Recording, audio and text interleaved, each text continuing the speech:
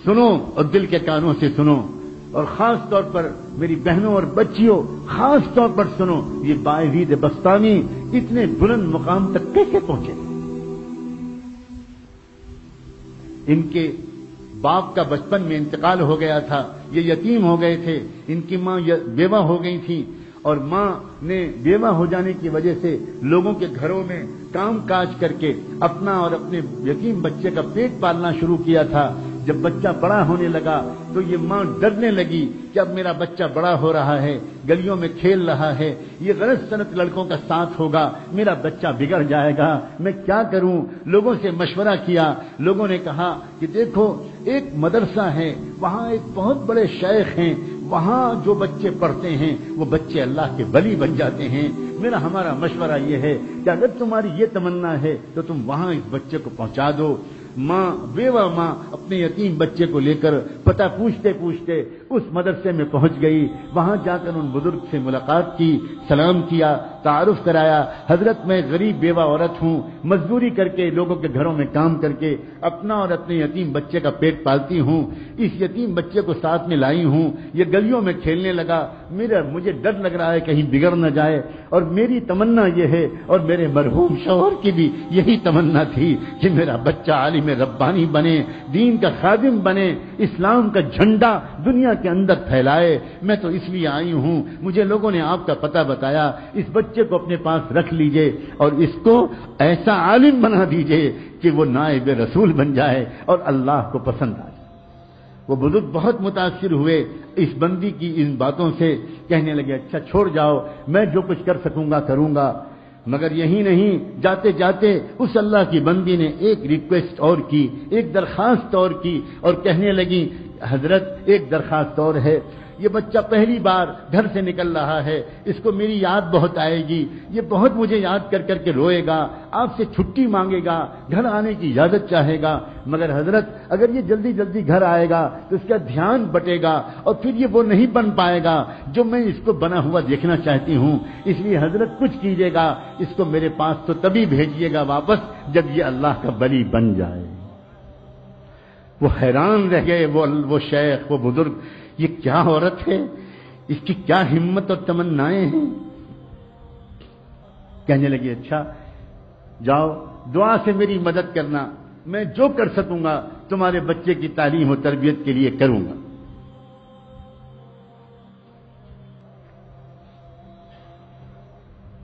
چلی گئی چھوڑ کر، بچے کی تعلیم و تربیت کا سلسلہ شروع ہو گیا، بچے نے کچھ مہینے تک بہت صبر سے کام لیا، بالآخر ایک دن بچے نے آ کر اپنے استاد سے کہا کہ استاد جی مجھے اپنی امی کی یاد بہت آ رہی ہے، مجھے ایک دن کی چھٹی دے دیجیے، ایک دن کی چھٹی دے دیجیے، میں گھر چلا جاؤں۔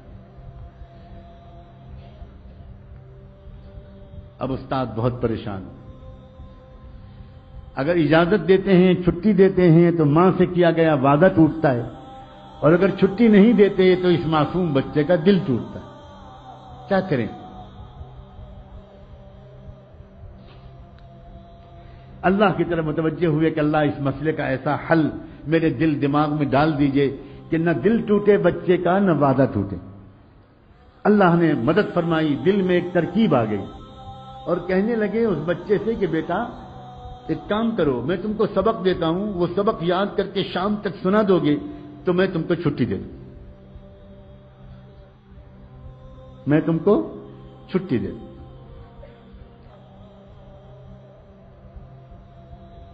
بچہ خوش ہو گیا، جی استاد جی مجھے سبق دے دیجیے۔ استاد نے سبق دیا اور جان بوجھ کر اتنا سبق دے دیا کہ وہ شام تک یاد ہی نہ ہو پائے۔ ماں سے وعدہ کر چکے تھے، اب جو سبق دیا بچہ سبق لے کے خوش خوش اندر گیا، اب جو اس نے پورے سبق کو دیکھا تو وہ سمجھ گیا کہ یہ شام تک یاد نہیں ہو سکتا، اب میں کیا کروں؟ کیا استاد کے پاس دوبارہ جا کر درخواست کروں کہ سبق کم کر دیجئے؟ سوچنے لگا یہ تو بے ادبی ہو جائے گی، استاد کا فیصلہ نہیں بدلا جاتا، کچھ اور کیا جاتا ہے، کیا کروں؟ گھر جانے کا دل جتنا چاہ رہا ہے، میں اپنے استاد جی کو کیسے بتاؤں؟ وہ تو سمجھتے ہیں کہ میں رات میں تکیے پر رکھ کے سر رکھ کے سو جاتا ہوں، حالانکہ میں کتنی دیر تک منہ چھپا کر روتا رہتا ہوں اپنی امی کی یاد میں، یہ میں استاد جی کو کیسے بتاؤں؟ ایک ترکیب ذہن میں آئی، اس نے کتاب کو ادب کے ساتھ رحل پر رکھا اور اللہ سے اب دعا کرنی شروع کی۔ اللہ، اپنے ننھے منھے ہاتھ اٹھائے اور کہنا شروع کیا، اللہ بچپن سے امی یہی کہتی ہیں، یہی کہتی چلی آ رہی تھیں کہ آپ سب کچھ کر سکتے ہیں، آپ کی قدرت سب کچھ ہے، اور استاد جی روزانہ یہی بات سکھاتے ہیں۔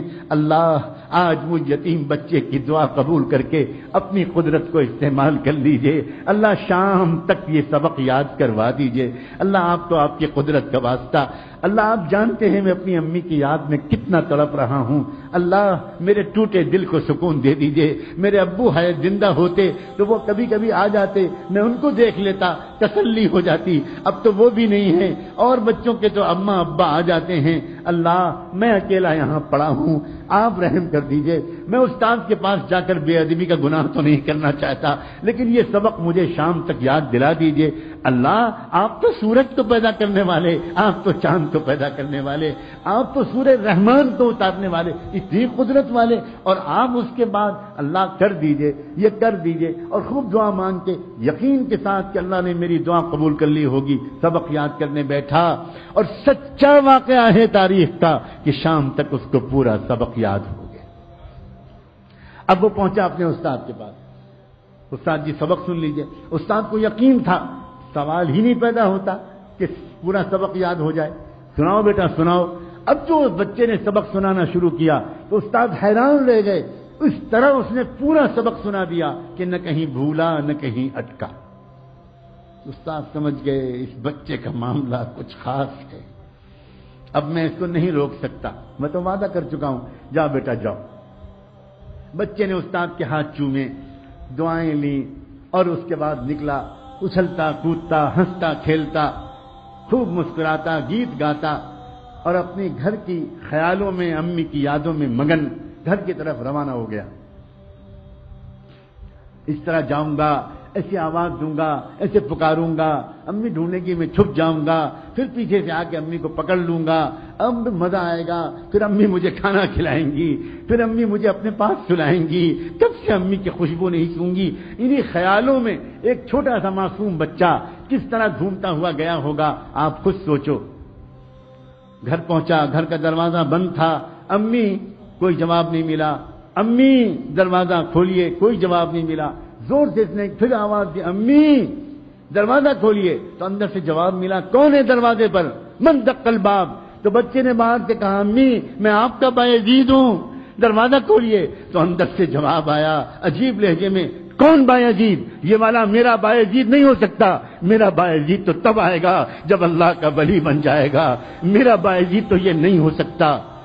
بس بایزید بستانی، وہ بچہ وہیں پہ کھڑا روتا رہا روتا رہا روتا رہا، سمجھ گیا میری امی نہیں چاہتی کہ میں ابھی جاؤں، میرا دھیان بڑھ جائے گا، بہت دیر تک روتا رہا، پھر واپس آ گیا تھا ہنستا ہوا، واپس آیا روتا ہوا، آیا آ کر مدرسے پہنچا، استاد کے پاس پہنچا، سلام کیا، استاد حیران رہ گئے، بیٹا تم کیسے واپس آ گئے، کیا ہوا، خیریت تو ہے؟ اب جو بچے نے اپنی داستان سنانے کے لیے اپنا چہرہ اوپر اٹھایا تو استاد کی نظر پڑی، چہرہ آنسوؤں سے تر تھا، آنکھیں لال تھیں۔ کیا ہوا میرے بیٹے، کیا ہوا، کیا خیریت تو جلدی بتاؤ۔ بیٹے کو گود میں لے لیا، اپنے عمامے کے کنارے سے بچے کے چہرے کے آنسو پوچھے، کیا ہوا کیا؟ بچے نے کہا، استاد جی آپ نے چھٹی دے دی تھی، میں بہت خوش گیا، ہنستا کھیلتا، دروازہ بند ملا، کئی بار پکارنے کے بعد اندر سے جواب آیا، کون ہے دروازے پر؟ میں نے کہا، امی میں آپ کا بایزید ہوں، تو اندر سے جواب ملا، کون بایزید؟ یہ والا میرا بایزید نہیں ہو سکتا، وہ تو تب آئے گا جب وہ کچھ بن جائے گا۔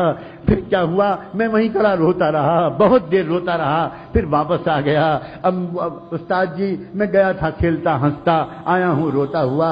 استاد بھی کمال کے استاد تھے، کہنے لگے، بیٹا ایک بات بتا دو، تم اپنی ماں سے ناراض ہو کر تو نہیں آئے ہو؟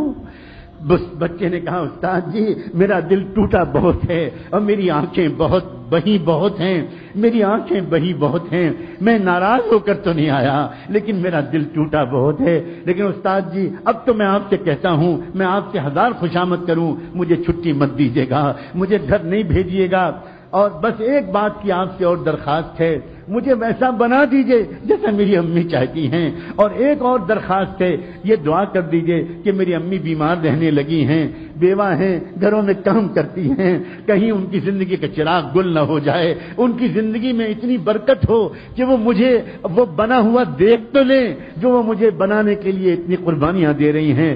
میری امی کی صحت کے لیے اور ان کی زندگی کے لیے دعا کرتے رہیے۔ استاد نے کہا بیٹا میں وعدہ کرتا ہوں میں روز دعا کروں گا۔ پھر بچے کی تعلیم و تربیت کا سلسلہ شروع ہو گیا۔ اے باپو اور میں ماؤں، اے بھائیوں اور اے بہنوں، دل کے کانوں سے سنو، اگلے 16 سال تک یہ بچہ بایزید اپنی ماں کے پاس نہیں گیا۔ 16 سال تک اس نے چھٹی بھی نہیں مانگی، چھٹی بھی نہیں مانگی، ماں بھی انتظار کرتی رہی، بیٹا بھی انتظار کرتا رہا، استاد بھی دعا مانگتے رہے، لیکن پھر کیا ہوا؟ کیا انعام ملا؟ کاش ہم میں سے کوئی آج یہ ہمت کرے، کاش ہم میں سے آج کوئی اللہ تعالیٰ سے اپنے بیٹے کی ولایت کی دعائیں کر لے۔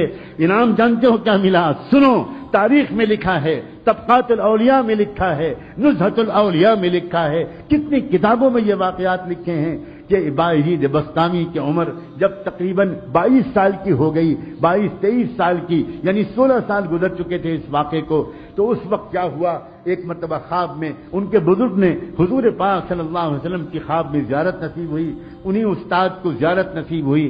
جب وہ تہجد پڑھ کے دوبارہ سنت کے مطابق تھوڑا سا لیٹے تھے، سنت یہ ہے کہ تہجد کی نماز اور فجر کے بیچ میں ایک 10-15 منٹ کے لیے آنکھ لگا لی جائے تو آدمی فریش ہو جاتا ہے اور پھر فجر بعد سونے کی ضرورت نہیں رہتی، یہ سنت ہے۔ اس سنت کے مطابق تہجد پڑھ کے فجر سے پہلے وہ ذرا دیر کے لیے لیٹے کہ ان کی آنکھ لگی اور پھر تشریف لائے، زیارت ہوئی، رحمت دو عالم امام الانبیاء حضور اکرم صلی اللہ علیہ وسلم، اور ان بزرگ سے کہا کہ وہ جو نوجوان ہے نا بایزید تمہارے پاس زیر تربیت، اس کو ولایت کبریٰ کا جھنڈا دے دیا گیا، فیصلہ ہو گیا اللہ کے ہاں سے کہ پورے عالم میں قیامت تک اس کے ذریعے دین کا کام ہوگا، جاؤ اس کو خوشخبری سنا دو اور اس کو روانہ کر دو۔